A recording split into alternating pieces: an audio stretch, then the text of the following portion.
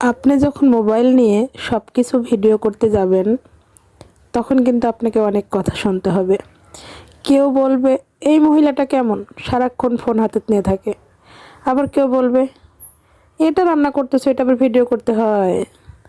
আবার কেউ রাস্তায় বলবে, "দেখ দেখ মেয়েটা কীভাবে ভিডিও করতেছে।" এরকম অনেক কথার সম্মুখীন হবেন।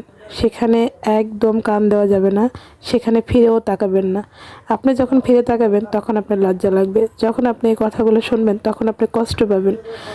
তাই বলছি কি, কারো কথায় কান না দিয়ে, চোখ না দিয়ে নিজে কি করতে চাচ্ছেন, নিজের মন আপনাকে কি বলছে, আপনার মনের কথাগুলোর আপনি উত্তর দেন এবং আপনার মনের কথাগুলোর দাম দিয়ে আপনি এখানে কিছু একটা করুন। যেহেতু সুযোগ আছে, ঘরে বসে কিছু ইনকাম করা যায় বা করতে হবে।